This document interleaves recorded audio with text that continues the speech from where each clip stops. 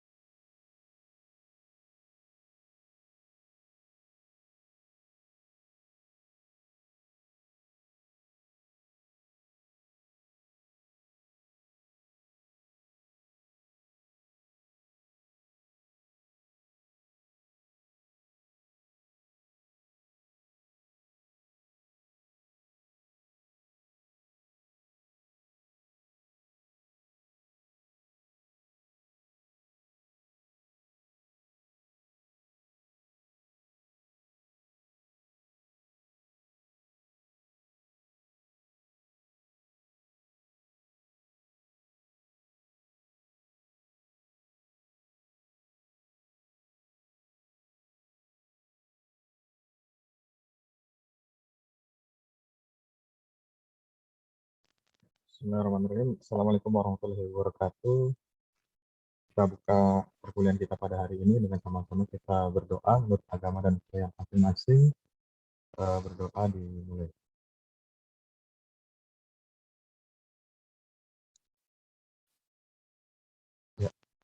Mohon maaf, jadi tadi kita rencana mulai jam 8 ya. Jadi saya sampai di kampus itu karena mungkin kampus ini udah ditinggal terlalu lama ya ruangannya. Jadi kosong, kotor, terus banyak masalah nih, internetnya nggak bisa nyambung, terus listriknya juga mati. Jadi laptop saya kebetulan tinggal 35%, 1 jam lagi bertahan ya. Mudah-mudahan nggak mati ya. Listriknya nyala, mati, nyala, mati. Oke, kita lanjutkan ke perkuliahan kita di industri pertanian. Pekan lalu saya sudah berikan tugas ya di kelas. Di situ saya minta untuk seluruh mahasiswa mengerjakan mencari artikel. Artikel itu maksudnya artikel ilmiah ya. Artikel ilmiah itu adalah publikasi yang apa berdasarkan hasil penelitian. Jadi hasil penelitian para peneliti, mereka mencatat penelitian yang dilakukan dari awal sampai akhir. Selain dicatat, lalu dipublikasikan di jurnal-jurnal yang tersebar di seluruh dunia. Jadi jurnal itu nanti ada yang nasional, nasional itu Indonesia, ada jurnal yang internasional. Nah, cuman kemarin belum saya nilai, cuman saya sudah lihat beberapa. Memang ternyata saya kan minta di situ mana ya tugasnya industri pertanian. Di situ saya minta untuk mencari jurnal lalu dibahas ya, lalu disertakan jurnal yang dibahas tersebut. Jadi apa dikutip. Nah, ternyata masih banyak yang mengutip gitu ya, merefer hanya memberikan link link berupa misalkan gimana ya? Misalkan linknya itu ada namanya artikelnya ya, misalkan electrician.unila.ac.id slash bla bla bla. Nah, bla bla blanya itu nggak disertakan itu link folder di dalam web itu nggak disertakan, cuman hanya URL depannya electrician.unila.ac.id. Sedangkan artikelnya itu sebenarnya yang harusnya disertakan. Jadi saya pengen ngebandingin apakah kalian tuh sudah tahu uh, artikel mana lalu dibahas dari artikel tersebut apakah sesuai atau tidak. Ya. Cuman nggak apa-apa, karena masih awal nanti mungkin rencana saya karena ngelihat hasil tugasnya masih seperti itu, nanti mungkin pekan depan saya pengennya sih harusnya hari ini gitu ya, cuman belum persiapkan artikel-artikelnya. Nanti saya pengen menjelaskan tentang artikel ilmiah itu seperti apa saja, lalu gimana cara kita membacanya untuk misalkan ada tugas yang dari dosen, cari artikel ilmiah dibahas gitu ya, sesuai dengan kasusnya. Misalkan kita studi kasus penerapan teknologi informasi di bidang pertanian. Nah, itu nanti cari artikel yang sesuai seperti apa sih, bagaimana. Nah, mungkin pekan depan saya coba menjelaskan materi tentang hal tersebut.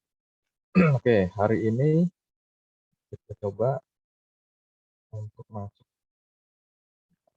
materinya. Sebenarnya tadinya saya pengen kasih YouTube aja ya biar biar ini biar efisien ya. Oke, sebentar. Kok begini? Slideshow. Nah, oke, sebelumnya saya tanya dulu, eh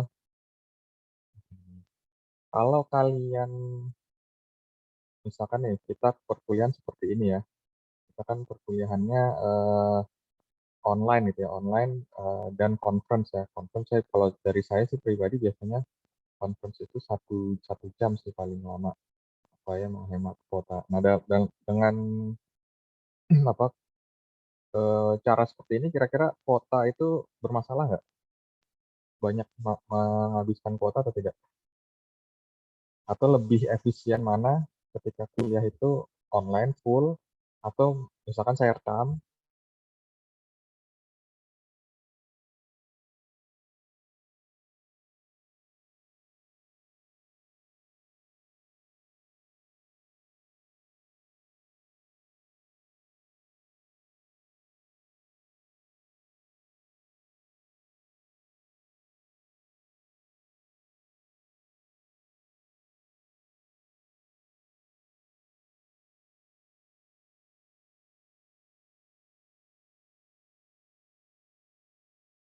terlalu lama supaya efisien juga kuota kalian.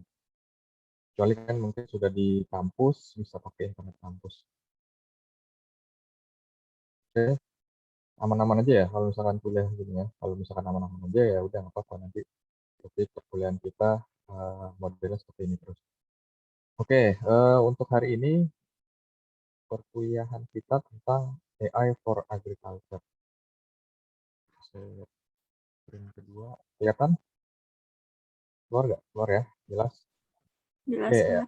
AI for Agriculture. Jadi di sini nanti coba, karena kalian ini kan baru kuliah pertama semester 1, belum dapat nanti mata kuliah tentang AI, lalu mata kuliah dasar ya. Mata kuliah dasar tuh biasanya mata kuliah yang membentuk keilmuan di bidang teknik informatika. Contohnya misalkan software engineering atau rekayasa perangkat lunak, jaringan komputer, computer networking gitu ya. Lalu AI, ini apa bahasa Indonesianya? Kecerdasan buatan gitu ya. Lalu ada apa lagi? Robotika, mungkin IoT ya, Internet of Things gitu ya. Nah, itu mata kuliah dasar yang sebenarnya nanti bisa membentuk keilmuan teknik informatika. Nah, di sini saya coba perkenalan aja nanti. Dasar-dasar tersebut ternyata bisa diterapkan di bidang pertanian, dan itu sangat erat kaitannya sebenarnya dengan perkembangan teknologi pada saat ini. Tapi yang saya coba jelaskan hari ini ada AI, nanti ada apa lagi ya, blockchain, ada jadi lupa tuh. Jadi ada empat bidang yang nanti kita pelajari. Nah, ini kita coba hari ini pelajari tentang AI sendiri. Oke, ada yang sudah tahu apa itu artificial intelligence sebelum kita masuk lebih jauh?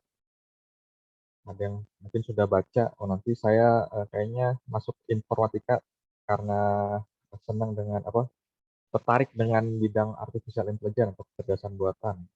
Kalau dulu saya belajar tuh intelijensia semu bahasa Indonesianya. Kalau sekarang kecerdasan buatan. Mungkin ada yang tahu tentang artificial intelligence? Ada? Ada yang sudah baca-baca? Oke. Jadi hari ini kita pembahasan ada 4 pembahasan ya. Jadi tentang proses pertanian sebenarnya kemarin sudah dipelajari tentang proses pertanian. Mudah-mudahan masih ingat ya, sebagai dasar kita perkuliahan pada mata kuliah ini. Lalu pengertian sedikit tentang agroindustri, revolusi industri 4.0 udah umum lah, cepat saja, dan penerapan AI dan pada bidang pertanian. Oke, kalau kemarin kita belajar tentang proses pada pertanian itu, secara mudah kita memahami proses-proses yang terjadi pada pengembangan di bidang pertanian ya, dari hulu ke hilir, dari awal hingga akhir. Nah, di akhir itu ternyata bukan pemanenan, tapi bagaimana bisa menjual hasil panen tersebut ya. Jadi ini pertanian yang difinansialisasi, yang dikomersialisasikan gitu ya. Sampai bagaimana pertanian tersebut bukan hanya sebagai proses penyediaan pangan saja, tapi juga sebenarnya bisa jadi komersil, bisa jadi ya penyedia pangan juga gitu ya, sumber pangan. Nah, itu ternyata harus dikelola, setiap proses ini harus dikelola supaya hasil akhir pertanian tersebut bisa maksimal. Dan kalau nanti misalnya ingin dijual hasilnya laku gitu ya, kita bicara secara finansial, kalau ingin laku barang yang dijual itu harus berkualitas gitu ya. Bagaimana kita bisa mengetahui barang tersebut bisa berkualitas? Ada 2 kemarin saya jelaskan tuh, kalau di bidang software engineering ada 2. Kalau mau kita produk software kita tuh berkualitas, bisa dilihat atau dicek menggunakan 2 standar. Standarnya yang pertama standar proses, yang kedua standar produknya. Standar proses berarti setiap proses tersebut harus dipantau gitu ya, dimonitoring, lalu dievaluasi apakah prosesnya sudah baik, kalau belum baik ditingkatkan gitu ya. Kalau sudah baik nanti dicari peningkatan yang lebih baik lagi gitu ya. Apakah bisa ditingkatkan atau inovasi apa yang bisa dilakukan agar produknya yang hasil akhirnya nanti bisa lebih baik. Itu dari sisi proses. Nah, kalau dari sisi produk, hasil akhirnya dicek gitu ya, apakah sudah sesuai dengan standar, gitu ya, apakah sudah baik. Nah, ini banyak sertifikasi standar proses dan produk yang saat ini tuh berkembang yang menentukan apakah hasil barang, produk, dan proses yang dilakukan untuk menghasilkan barang tersebut sudah baik. Bahkan industri, saya menyebutnya industri pendidikan. Gitu. Kenapa? Sebenarnya harusnya jangan industri, tapi pendidikan itu bahkan mengikuti gitu, banyak standar-standar yang menentukan apakah proses perkuliahan, proses pembelajaran sudah baik, lalu lulusan gitu ya, lulusannya dinilai apakah lulusan dari satu universitas tersebut atau perguruan tinggi sudah berkualitas, itu ada standarisasi. Nah, makanya nanti disebut industri apa industri akademik lah gitu. Ya sebenarnya nggak cocok, cuman kita masuk ke dalam lingkaran itu gitu ya. Nah, dalam pertanian, di industri pertanian itu kita menilai dari prosesnya, proses sampai akhirnya. Makanya disebut industri pertanian. Gitu ya. Jadi kita pahami proses-prosesnya, ada pengolahan lahan, pembibitan, penanaman, pemanenan, dan penjualan hasil. Nanti bisa dibaca sendiri secara detailnya gitu ya. Mungkin literatur dari teman-teman di pertanian atau bidang pertanian ya, supaya kalian lebih komprehensif mengetahui proses pengolahan lahan tuh lahannya apa aja. Kalau kemarin jenis pertanian itu ada banyak, maka pengolahan ini sebenarnya bukan hanya lahan, tapi awal di mana tempat misalkan peternakan, berarti tempat peternakannya diolah, dipersiapkan gitu. Kalau perikanan berarti ya tempat di mana ikan itu hidup nanti dipersiapkan. Nah, itu seperti apa, lalu pembibitan juga seperti itu, dan sampai nanti kemanen. Nah, penjualan hasil ini ternyata juga menjadi salah satu proses yang kita perlu cermati gitu ya. Ternyata dalam proses penjualan hasil bagaimana nanti ada proses distribusi dari si produsen, petani, untuk sampai ke konsumen kita gitu ya. Kita nih sebagai konsumen eh, bisa merasakan hasil pertanian. Ya kalau kita bisa sebut ketahanan pangan, katakanlah kita bisa menyebut ketahanan pangan gitu ya. Ketahanan pangan itu bukan hanya produksinya besar gitu ya. Bisa jadi produksinya besar, tapi distribusinya itu tidak lancar, sehingga banyak orang tidak merasakan hasil pangan yang produksinya besar tersebut, karena distribusinya ada kesalahan. Mungkin ini mungkin harusnya prosesnya ini proses distribusi kali ya, bukan penjualan hasil. Oke, ini proses pertanian. Ya, ini field preparation ya, persiapan lahan, lalu ada pembibitan, ada pengolahan, sampai nanti pemanenan.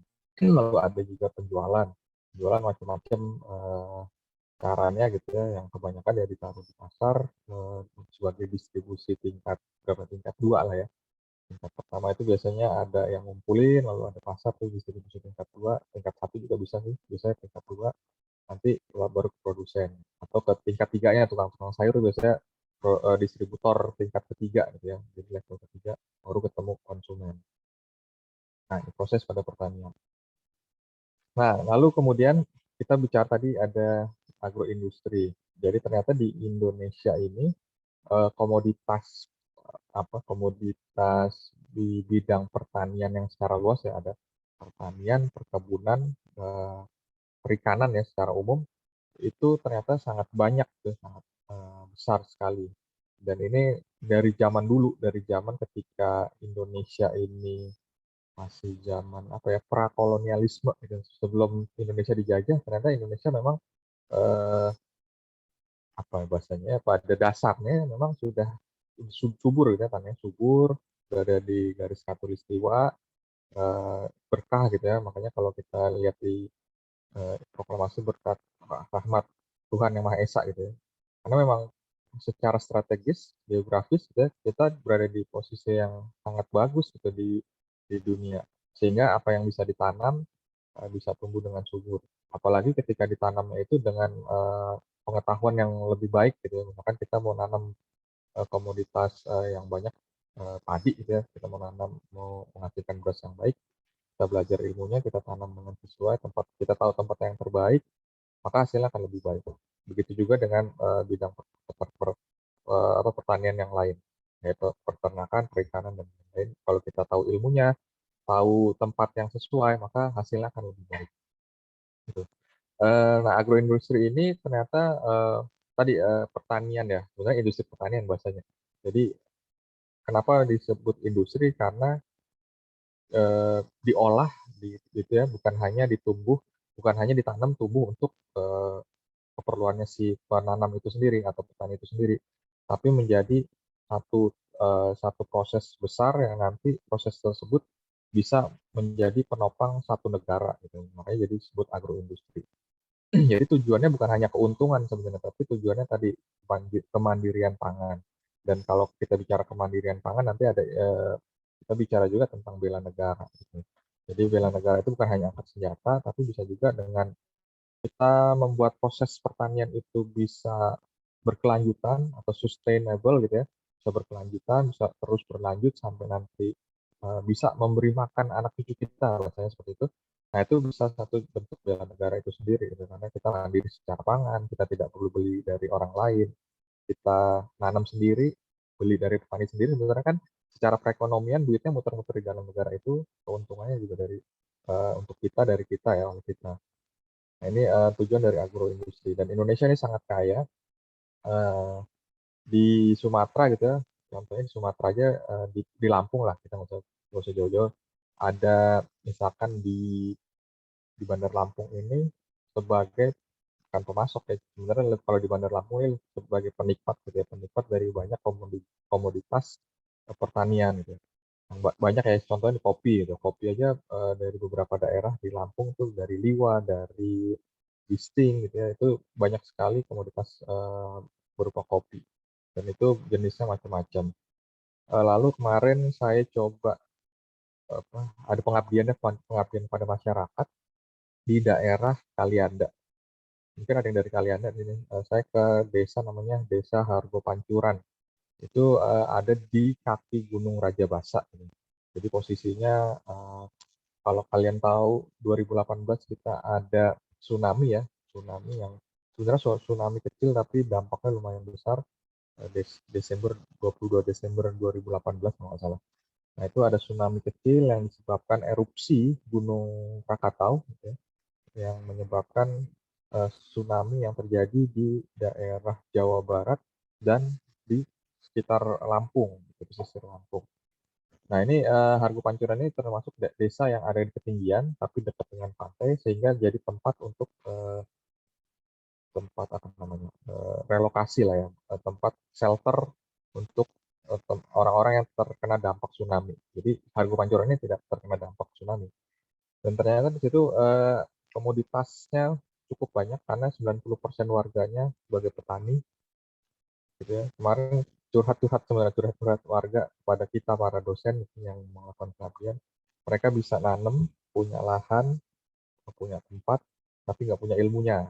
Ini satu permasalahan yang memang permasalahan klasik gitu ya. Alamnya ada, bagus banget gitu ya. Airnya bersih, mau nanam apapun bisa gitu. Kalau misalkan saya ngelihat Pring Sewu, Gisting, ini Gisting versinya Kalianda lah gitu. Dan nggak banyak orang yang ke arah situ. Kalau di Gisting itu sudah ramai gitu. Nah, ini sepi, daerahnya sepi. Jadi kalau misalkan mau nanam apapun mungkin masih bisa dikelola dengan baik, itu mungkin hasilnya bisa lebih baik. Cuma tinggal dipilih nanti kebutuhan apa, komoditas apa yang paling sesuai di situ. Nah, di situ mereka bisa nanam, kita punya tenaganya, tempatnya ada, cuman permasalahannya ilmunya nggak ada gitu. Nah, yang salahnya kemarin dosen yang datang sih dosen teknik gitu, nggak punya ilmu pertanian. Jadi mereka tuh sebenarnya orang pertanian kalau ditaruh di situ, tinggal di situ 1 semester mungkin ya, memberikan pendidikan, pengajaran tentang pertanian satu komoditas. Gitu. Nah, mereka tuh untungnya sering dapat bantuan. Bantuan itu berupa bibit ikan. Yang terakhir itu bibit ikan lele. Jadi terakhir bibit ikan nila. Jadi mereka dapat 20.000 bibit ikan nila. Tapi mereka tidak tahu cara mengelolanya. Gitu. 20.000 itu gratis, kita bisa kelola. Kalau misalkan sebenarnya kalau misalkan dikelola dengan baik, kalau bisa tadi berkelanjutan, sebenarnya bisa secara finansial meningkatkan perekonomian gitu ya, perekonomian warga secara keseluruhan. Karena jumlah warganya nggak terlalu banyak, tapi lahannya besar, luas-luas. Ternyata kekurangan di situ, di sisi pendidikan.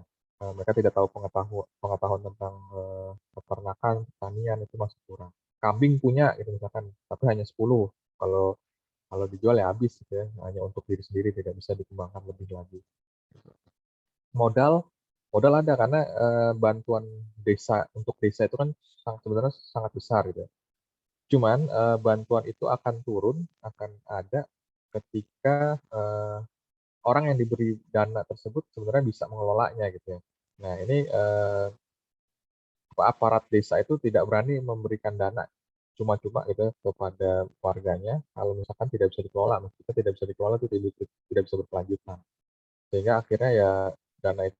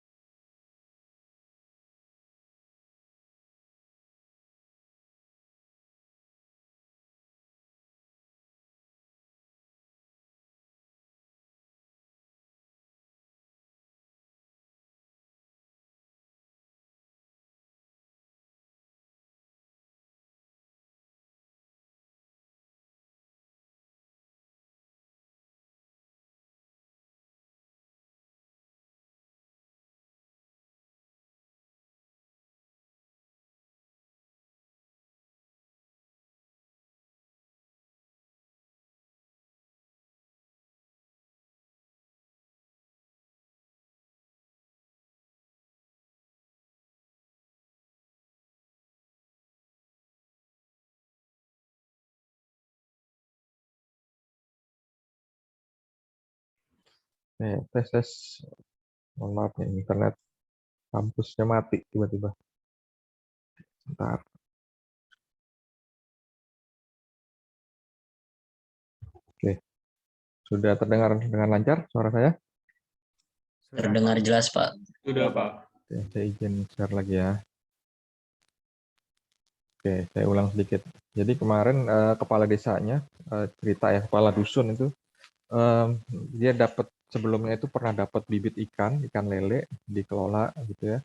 Ketika dikelola tumbuh sih bisa gitu ya, bisa jadi ikan yang bisa dijual gitu. Dijual ternyata biaya produksinya itu melebihi penjualan itu. Misalkan dia bilang dia 10 juta itu untuk mengelola dari awal sampai bisa besar gitu ya.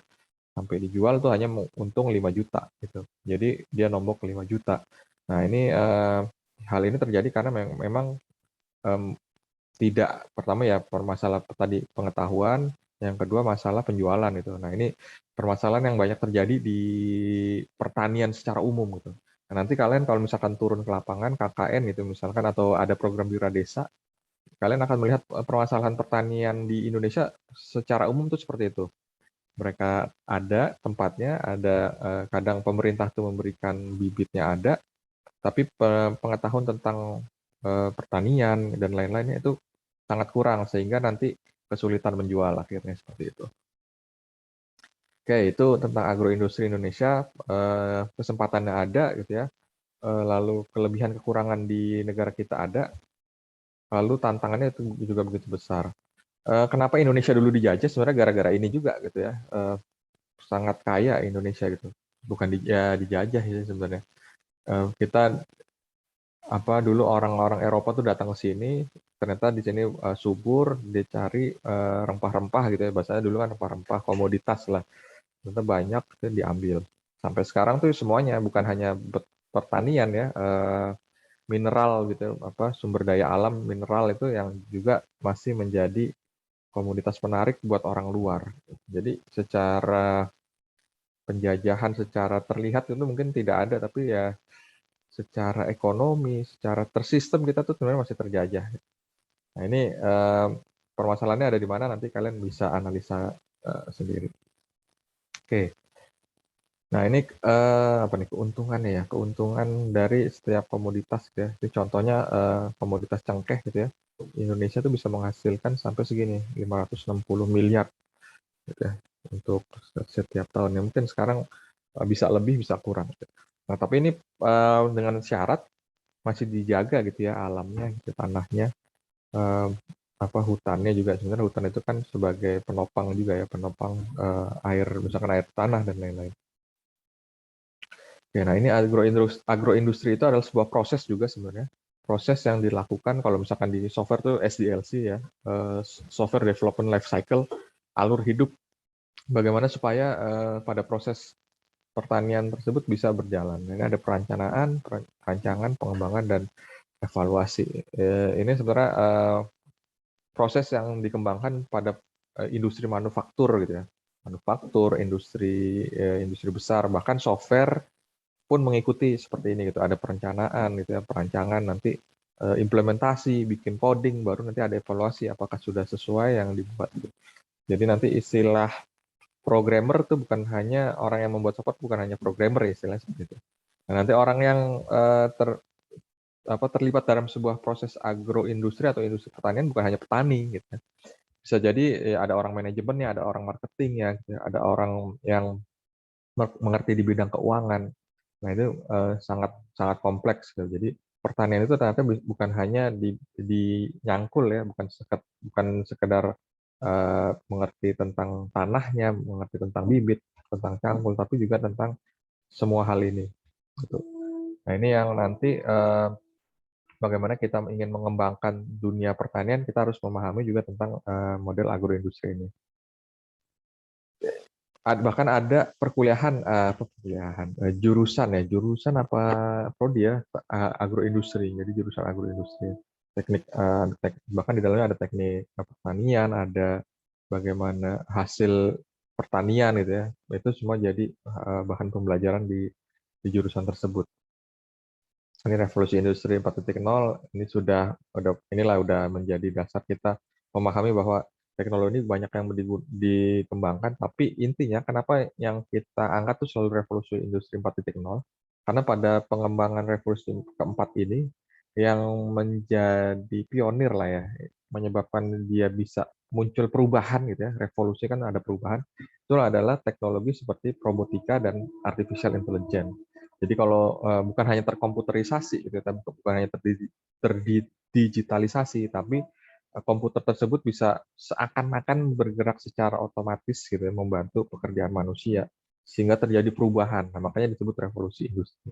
Nah, perubahan tersebut yang menyebabkan nanti banyak teknologi-teknologi eh, berkembang juga, gitu. Jadi ada teknologi yang ikut mengembangkan si revolusi industri ini, tapi dari revolusi industri ini ternyata mengembangkan teknologi-teknologi lain, teknologi baru ya. Jadi pengembangannya dari gabungan atau kolaborasi teknologi-teknologi yang ada. Gitu. Nah, ini nanti kita belajar tentang AI ya, yang tentang ini artificial intelligence atau kecerdasan buatan. Nah, ini kecerdasan buatan ini gunanya apa gitu ya? Harusnya sebenarnya kita pelajari dulu nih yang lain, tapi nggak apa-apa lah sebagai pengantar ya. Nanti kalau kita bicara penerapan gitu ya, penerapan AI gitu ya, penerapan di bidang pertanian, itu AI itu nggak berdiri sendiri biasanya gitu ya. Jadi kolaborasi lah bahasanya, kalau sekarang kolaborasi bergabung dengan teknologi-teknologi yang lain. Teknologi apa?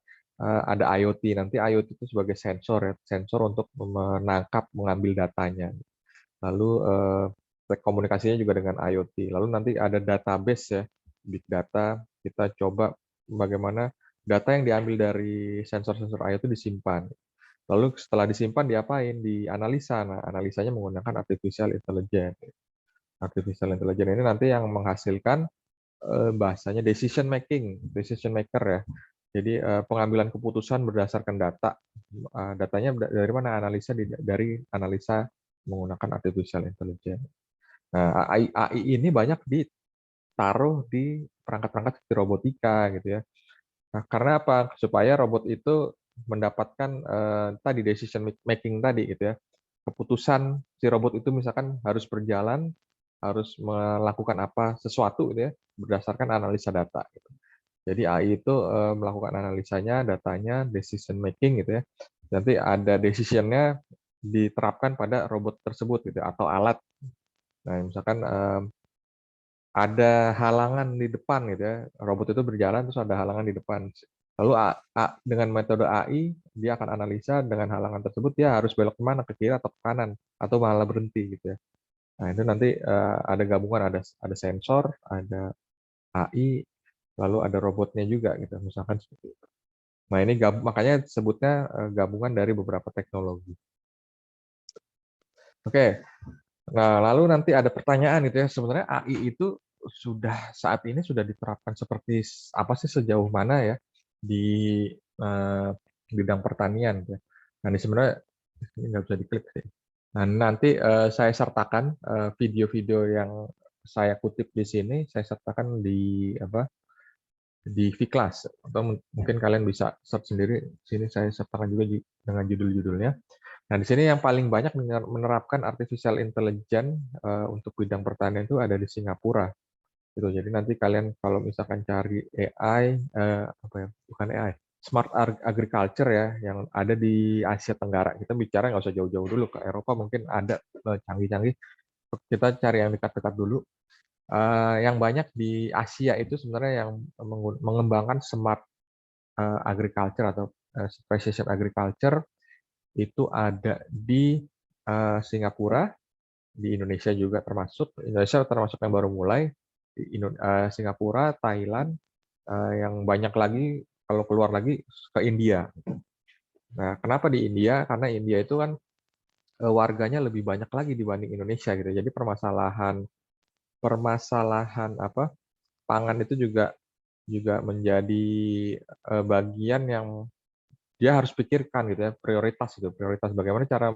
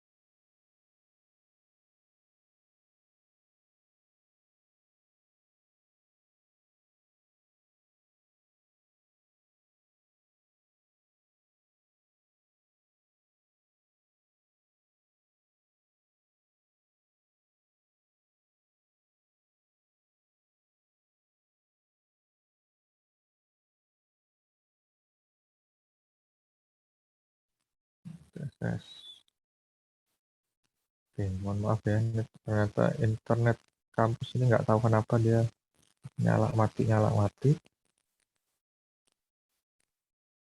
Jadinya kalau dia mati, walaupun saya pakai wireless, internet saya jadi putus juga nih. Nanti saya cabut dulu kabelnya. Oke, saya lanjut lagi. Sampai mana tadi? Oke. Jadi negara-negara besar itu ya berusaha mengembangkan pertanian cerdas ya, pertanian presisi, precision agriculture tadi, supaya menjadi solusi lahan mereka yang terbatas gitu ya. Tapi penelitian itu bukan hanya ada gitu, tapi juga harus sebenarnya ditunjang oleh polisi dari kebijakan pemerintahnya supaya bagaimana pertanian tersebut bisa berjalan, bisa diterapkan. Karena smart agriculture ini kan nggak murah juga sebenarnya. Awalnya nggak murah, tapi kalau misalkan sudah ada, sudah berjalan tuh bisa sustain. Nah, ini bisa sangat menguntungkan buat warga negaranya gitu ya. Nah, di Unila ini sebenarnya sudah ada ya, konsep-konsep aja ada gitu, cuman penerapannya memang sulit karena butuh dana yang begitu besar. Dan ini ya kembali lagi tadi ke kebijakan para pemimpin gitu. Ini maunya kemana sih kalau misalkan mau apa bahasanya mandiri secara pangan, ya mereka harus ada kemauan dan keinginan untuk mengembangkan ke arah sana. Oke, nah ini contohnya di Singapura ya. Nanti kalian bisa lihat Singapore Farms Use Artificial Intelligence. Di sini ternyata cukup cukup pesat juga ya. Mungkin di Singapura itu karena para peneliti di bidang AI gitu sangat banyak ya. Saya juga sangat tertarik di sana apa pendidikannya di Nanyang University, NTU ya, Nanyang Technological University, dan NUS, National University of Singapore. Mereka menjadi universitas perguruan tinggi yang nomor berapa ya? Kalau misalkan kita ranking perguruan tinggi yang ada di dunia gitu ya, di bidang computer science. Nah, mereka ini menjadi yang 20 besar gitu. Jadi nggak nyampe 10 besar ya. Jadi kalau misalkan 1 sampai 10 itu ada di Amerika dan di Jerman ya, di Swiss gitu ya. Nah, nomor 11 dan 13 tuh kalau nggak salah tuh dari Singapura. Itu kalau nggak ada perubahan gitu ya. Jadi ini Singapura itu sangat menarik gitu. Pendidikannya, kualitasnya di bidang computer science itu bisa sampai sebegitu pesatnya berada di 20 dunia. Sehingga nanti ya kita bisa lihat penerapan teknologinya maka bisa lekat dengan kehidupan masyarakat gitu ya. Jadi kalau misalkan pendidikannya sudah baik, biasanya hasil penelitian itu bisa diterapkan di masyarakat, bisa dikembangkan. Kalau kita lihat Amerika tadi ya, pendidikannya 1 sampai 10 di bidang computer science, maka penerapan teknologi di bidang masyarakat itu udah umum sekali gitu. Teknologi-teknologi yang ada tuh hasil dari penelitian-penelitian. Seperti itu. Ya.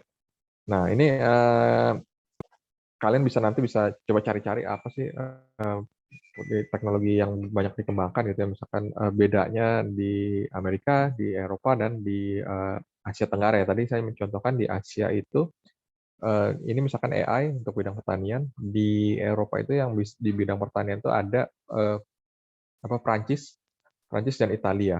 Gitu. Entah kenapa di Prancis dan Italia itu banyak mengembangkan bidang pertanian dan mitigasi bencana, dan itu sebenarnya dekat sekali dengan kehidupan kita di Indonesia. Kita bisa dikembangkan juga teknologi tersebut. Gitu. Oke, ini yang pertama. Nanti yang kedua itu ada futuristic farm that will fit the world. Ini nanti sebenarnya kita diajak untuk berpikir sedikit bahwa ternyata di dunia itu tadi permasalahannya ada penduduk itu bisa bertambah gitu ya. Sebenarnya bisa ditahan perkembangan penduduknya ya, misalkan dengan kalau di Indonesia itu ada keluarga berencana gitu, misalkan di Cina juga ada kebijakan bahwa satu keluarga tuh hanya boleh punya anak tuh satu, nggak boleh lebih. Kalau lebih nanti bisa didenda gitu ya, entah ada hukuman, sanksi dan lain-lainnya. Nah itu bahwa di dunia itu penduduknya tuh berkembang dengan pesat gitu ya, susah dikendalikan gitu ya, susah dikendalikan, apalagi negara-negara yang miskin itu.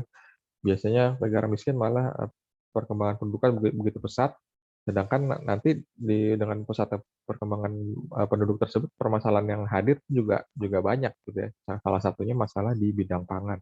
Bagaimana kita bisa memberi, kalau di sini sebutannya bagaimana kita bisa memberi makan orang sedunia gitu. Nah ini maksudnya karena permasalahan nanti ada negara-negara yang memang mungkin tanahnya nggak subur, warganya banyak gitu ya, mereka nggak bisa memberi pangan dirinya sendiri, maka harus bergantung pada hasil pangan dari negara lain, dan mereka harus impor.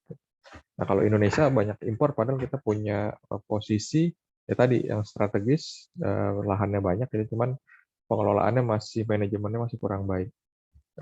Studi kasus tadi di Hargo Pancoran itu, studi kasusnya bahwa lahannya banyak, orangnya masih kuat, masih bisa mengelola, tapi ya itu tadi ada masalah yang saya jelaskan, curhatan asli gitu ya.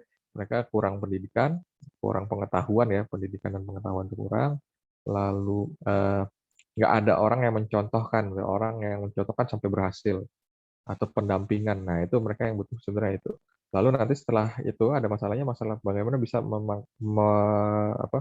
memasarkan hasil dari apa yang mereka buat, gitu, apa yang mereka produksi. Ini nanti ada futuristic farm, bahasanya makanan organik, dan dia tuh tumbuh bukan di atas tanah gitu ya. Jadi banyak tanaman yang sekarang bisa bukan tumbuh di atas tanah gitu, tapi bisa tumbuh dengan media-media lain, dan itu bahkan di dalam ruangan. Bagaimana padahal sebenarnya tanaman itu butuh matahari. Nah nanti ternyata ada artifisial, bukan matahari artifisial, tapi cahaya yang dibuatan, bagaimana cahaya tersebut disesuaikan dengan kebutuhan tanaman tersebut menyerap cahaya matahari yang dibutuhkan di dalam ruangan, tapi tanaman tersebut bisa tumbuh luar biasa. Nah, ini bukan hanya bidang teknik informatika, tapi gabungan mungkin ya, gabungan dari bidang-bidang lain.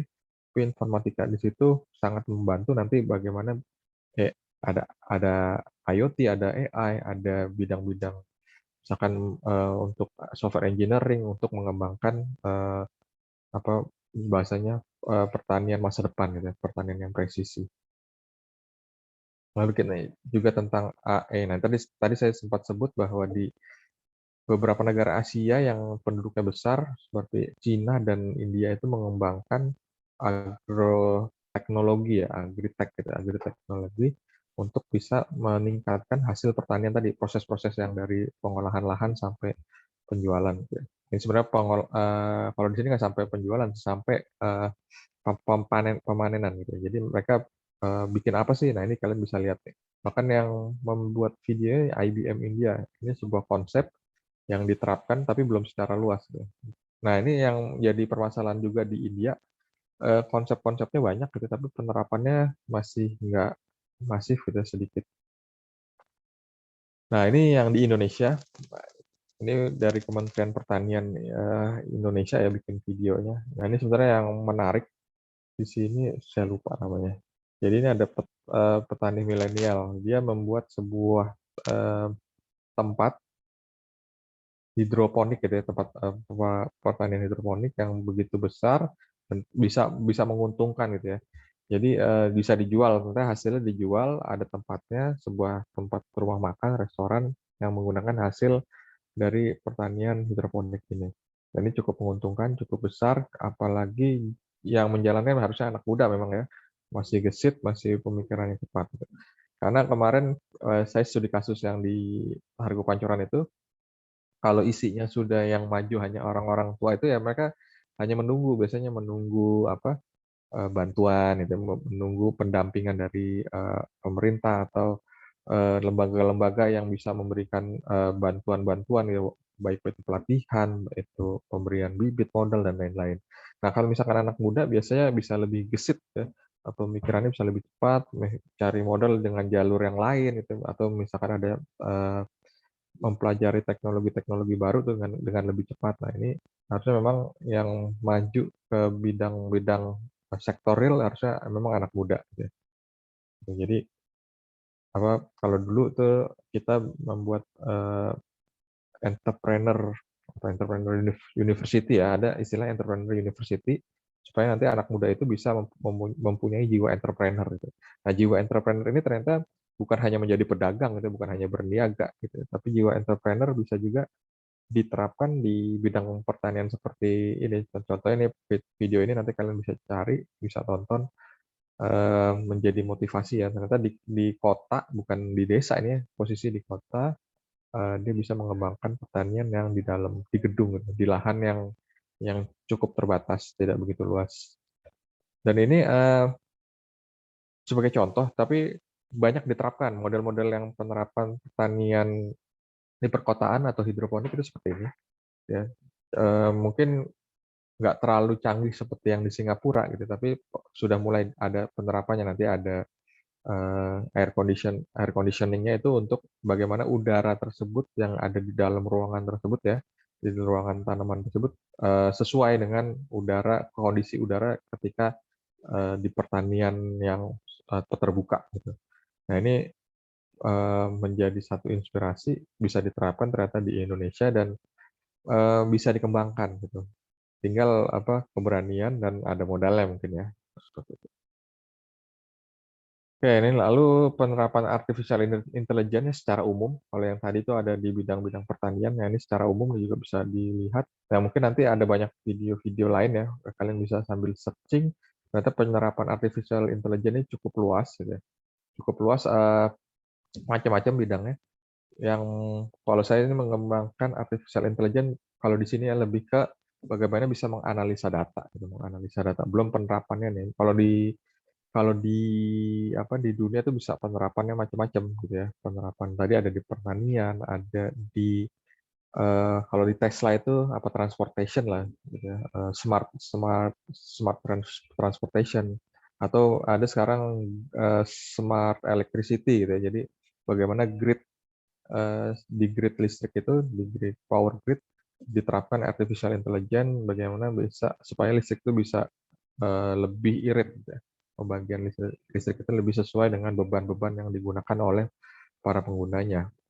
Nah, ini secara ini aja ya, secara umum, secara dasar tentang artificial intelligence ternyata bisa diterapkan di bidang-bidang pertanian. Nah, mungkin memang kekurangannya di materi ini kita nggak belajar artificial intelligence secara mendalam gitu, ya, tapi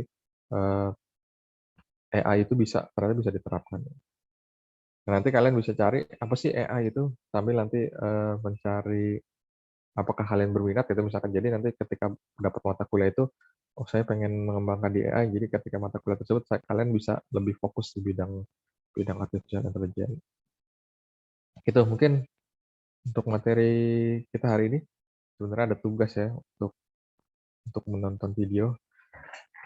Oke, ada pertanyaan dulu? Oke, jadi nanti tugasnya seperti biasa catatan perkuliahan.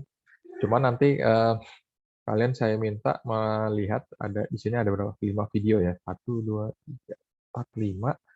Nah, di sini 5 video yang sebenarnya wajib ditonton. Cuman nggak membatasi kalian hanya menonton di sini. Kalian bisa melihat informasi dari sumber yang lain, misalkan terkait artificial intelligence gitu ya.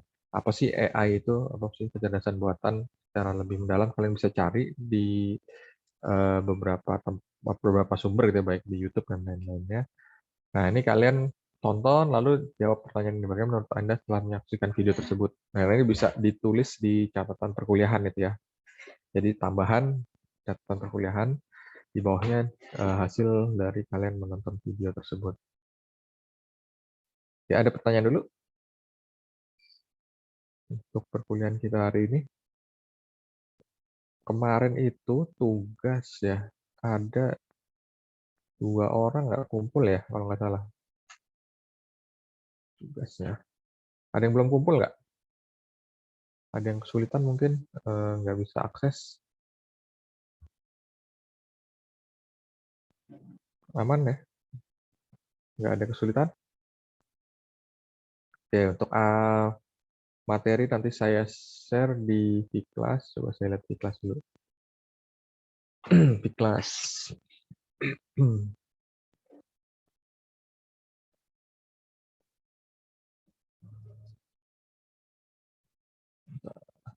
Industri pertanian, kelas C ya. Oke, di sini materi sudah saya sampaikan ya, sudah saya berikan. Itu ada tugas juga. Nah, saya lihat ada videonya. Oke, tidak ada videonya, tapi nanti saya refer langsung deh di sini supaya kalian bisa nggak usah nyari-nyari lagi. Di sini kemarin tugas 4 ya, tugas pekan keempat itu di sini kelasnya berapa ya jumlahnya? 35 bukan? Apa 33? 35, Pak. 35, Pak. 35 ya. Nah, ini berarti di sini informasinya 33 saja nih yang sudah submit dari 35. Oke, berarti 2 orang nggak ngumpulin ya. Oke, untuk absensi hari ini ada yang belum absen? Saya absen aja ya yang belum absen. Sean ada Sean. Sean Gabi, Alessandro. Ada, Pak. Sean, Halo, ada, Pak. ada ya. Sean ada. Siapa lagi yang belum? Milano, Seva. Hadir, Pak.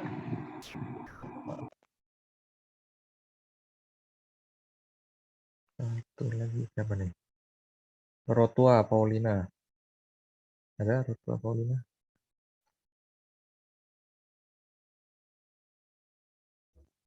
Ada Rotua Paulina?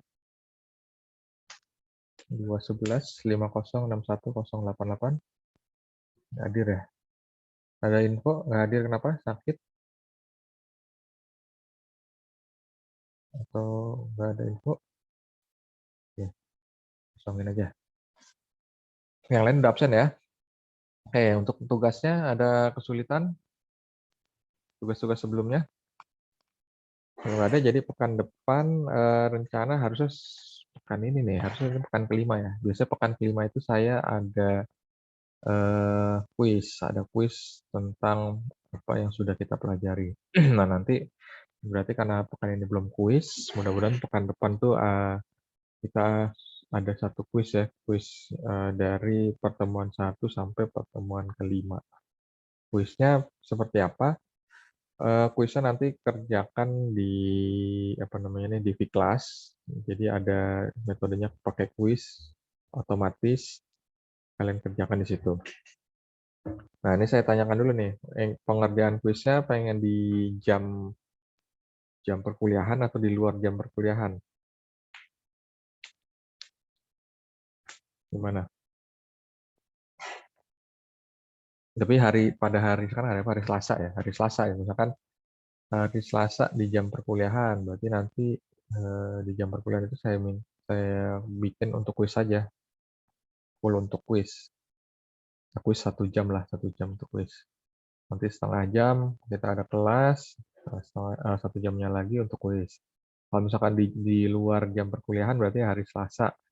Di luar jam perkuliahan nanti saya buka sampai jam yang ditentukan.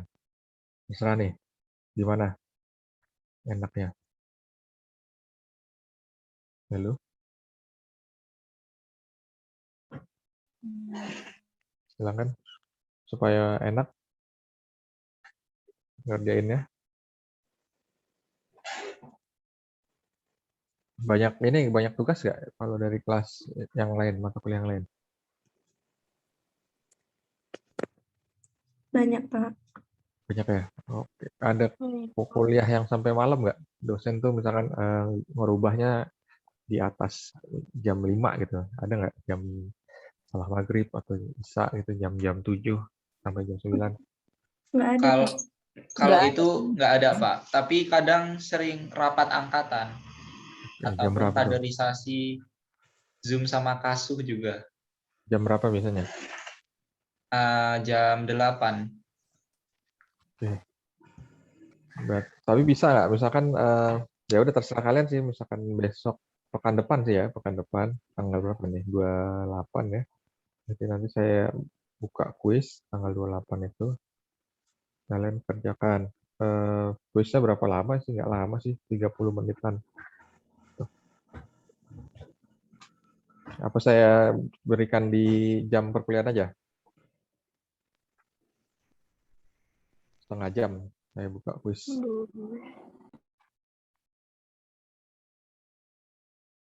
Gimana?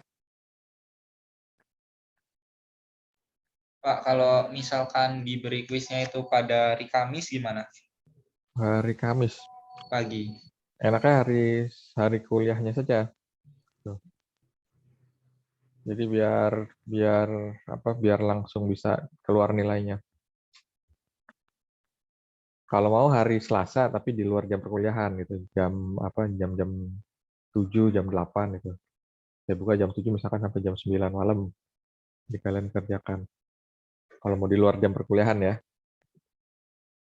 Jadi kan perkuliahan yang lain juga selesai, udah nggak ganggu. Gimana?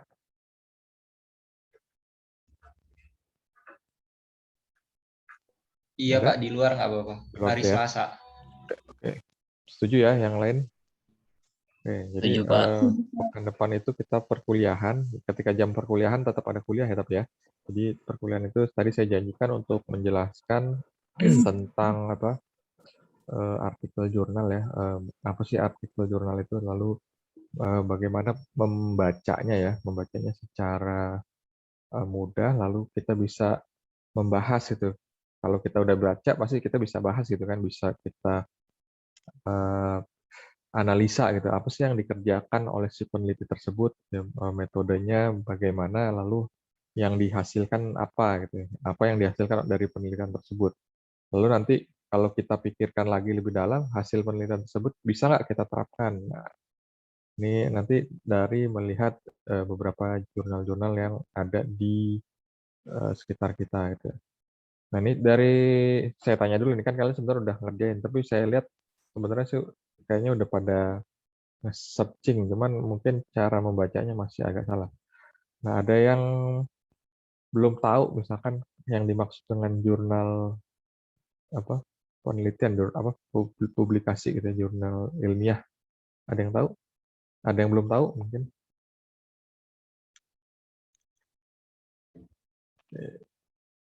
Ini contohnya nih, saya kasih contoh ya.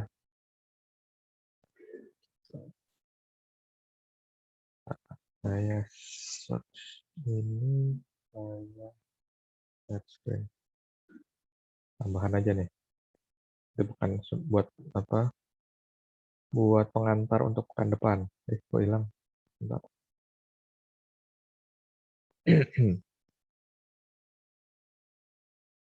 Oke, ini contoh.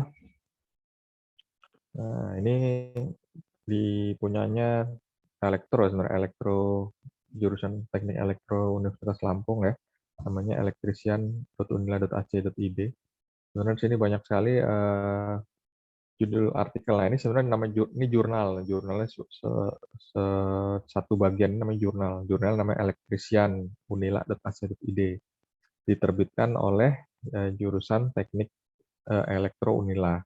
Nah, di dalam jurnal itu, setiap dia sekali sekali publikasi, ini volume 15 nomor 2 tahun 2021, bulan Mei gitu ya, ini bulan Mei ya, bulan 5. Nah, dia dalam satu terbitan jurnal tersebut ada berapa nih? 1, 2, 3, 4, 5, 6, 7, 8, 9, 10, 11, 12, 13 ya. Ada 13 artikel. Jadi ada 13 artikel atau isu gitu ya yang diterbitkan dalam satu terbitan. Nah, ini contohnya ini punya saya nih ada di sini.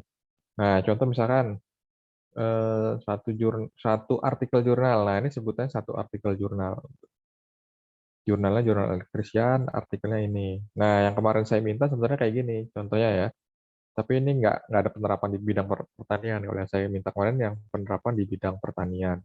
Nah, yang saya minta tuh kalian ambil ininya, terus ambil sumbernya nih copy gitu ya. Nah, lalu isinya dibahas nih, apa sih yang dibuat oleh peneliti. Nah, ini karena penelitinya saya gitu kan, penerbitnya apa yang nama penulisnya saya, maka penerbitnya saya. Nah, ini nama penerbit, dia asalnya dari mana, ini dari Universitas Lampung gitu ya. Ini linknya juga, ini namanya link DOI. Jadi linknya sama sebenarnya. Link ini akan merefer ke sini. Nah, yang kalian bisa sertakan, misalkan dikasih tugas jurnal, yang kalian sertakan sebenarnya ini nih, link ini. Jadi jangan hanya link elektrisiannya saja, tapi sampai belakang. Gitu. Nah, ini ada abstraknya. Abstrak itu penjelasan singkat tentang penelitian yang dilakukan. Nah, apa sih yang dilakukan di penelitian ini? Oh, ini langsung kebuka ya. Oke. Nah, ini masih kelihatan? Nah, ini apa yang dibahas di dalamnya. Itu pembahasannya ini panjang. Gitu ya. Ada berapa halaman? Ada 8 kalau salah. 1, 2, 3, 4, 5, 6, 7, 8. Nah, ini ada 8 halaman artikel jurnal dengan judul Perancangan Sistem Portal Program Studi dengan menggunakan framework Laravel dan database PostgreSQL. Oke, yang dibahas, nah baru nih kalian ngebahas isinya, dalamnya gitu ya, dalamnya apa saja. Tuh, nah ini isinya, isi dari artikel jurnal yang ada. Jadi dalam satu jurnal tadi ada 13 artikel seperti ini gitu, yang berbeda-beda gitu ya. Artikel yang berbeda-beda. Aduh, kalau bisa untuk nah, artikel yang ada apa saja sih di dalam terbitan volume 15 ini? Nah, ini artikel-artikelnya. Coba kita lihat yang berbasis pertanian ada nggak? Berbasis pertanian, oh nggak ada, biasanya ada. Gitu. Nah, misalkan kalian mau nyari judul tentang apa pertanian ya, mungkin ada nggak ya? Pertanian. Oh, ada nih. Tuh, sistem apa nih, rancang bangun sistem kendali suhu dan kelembapan udara penetas ayam berbasis PLC. Atau audit energi, analisa pengamatan konsumsi energi sistem peralatan listrik. Oh, ini kok ada pertanian. Oh, ini mungkin di Fakultas Pertanian mungkin ya. Jadi ada pertaniannya masuk gitu. Nah, ini kalian tinggal search, misalkan mau nyari artificial, tinggal di search. Nah, ini yang menggunakan AI, ada JST secara tiruan ya. Lalu JST rata-rata cerdas mungkin dengan AI. Nah, itu seperti itu. Ini untuk umumnya tentang jurnal ya. Nah, kalau ini namanya jurnal nasional karena bahasanya bahasa Indonesia. Walaupun nanti abstraknya ada yang bahasa Inggrisnya juga. Seperti itu. Nah, ini dia udah nerbitin berapa banyak. Kali ini kita bisa lihat ya, berarti volume 15 berarti udah 15 kali 2. Berarti kan yang 15 saja ada 2 kali ya. Nanti ini kalau nggak salah ada 4 kali. Berarti setiap volume itu dia ada berapa kali terbitan. Jadi banyak sekali sebenarnya. Nah, kalau mau lihat artikel yang sebelumnya di archive gitu, arsip. Nah, ini terbitan-terbitan sebelumnya yang bisa kalian lihat. Itu seperti itu. Ini coba contoh aja, ini banyak kan ada 37. Ya, nanti kalau misalkan ada selanjutnya mencari artikel jurnal, nah kalian bisa contohnya seperti itu. Nah, untuk pertanyaannya lagi, kita mencari jurnal mana nih yang sesuai ya? Kita harus ngeset, sebenarnya memang ngeset di Google, lewat Google bisa, ada namanya nanti lewat Elsevier, ada Skimago ya, ada browser-browser khusus untuk mencari jurnal-jurnal ilmiah. Gitu. Ini pengantar aja, nanti mungkin pekan depan mudah-mudahan saya bisa jelasin lebih dalam ya tentang bagaimana sih membaca jurnal, melihat jurnal. Mungkin ada pertanyaan dulu dari kelas C, Industri Pertanian. Oke, kalau tidak ada, saya ucapkan terima kasih yang sudah bisa hadir ya pada perkuliahan kita pada pagi hari ini. Saya akhiri perkuliahan kita. Mohon maaf jika ada salah kata. Assalamualaikum warahmatullahi wabarakatuh. Waalaikumsalam warahmatullahi wabarakatuh. Terima kasih, Pak. Ya, terima kasih. Terima kasih, Kasih, Pak. Pak. Terima kasih.